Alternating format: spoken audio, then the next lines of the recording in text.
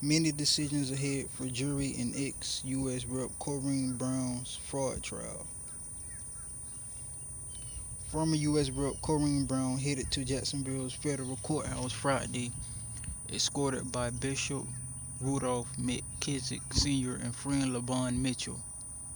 When jurors vote this week on a verdict in former U.S. Rep. Corrine Brown fraud trial, just saying guilty won't be an option. That's not a simple question.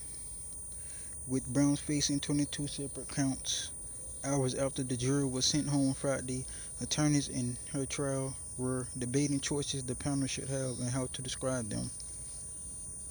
U.S. District Judge Timothy Corrigan will walk the jury through instructions Monday on how they should react their verdict. U.S. District tiny points were being finalized Friday, but the ground rules are clear. The verdict has to be anonymous. Brown is presumed innocent like all defendants. One man considered for her jury last month was passed up because he said he could be persuaded Brown was innocent instead of assuming that from the start. Jurors will decide whether the testimony and stacks of paperwork prosecutors presented over a week prove Brown's guilt with the kind of convincing evidence jurors would rely on to make choices about their own lives.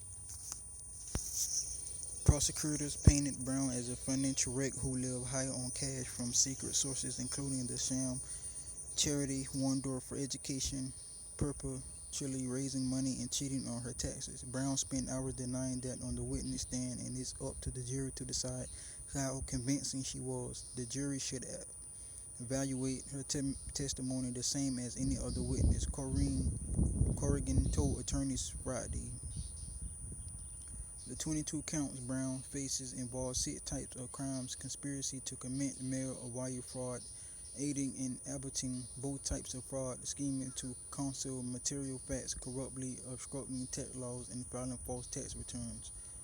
To prove conspiracy, prosecutors had to show Brown and someone else agreed to work together to deceive and cheat someone. In this case, what would be people who donated to One Door thinking it was a real charity. Former Brown Chief of Staff Ronnie Simmons, who pleaded guilty to conspiracy in February and is waiting sentencing.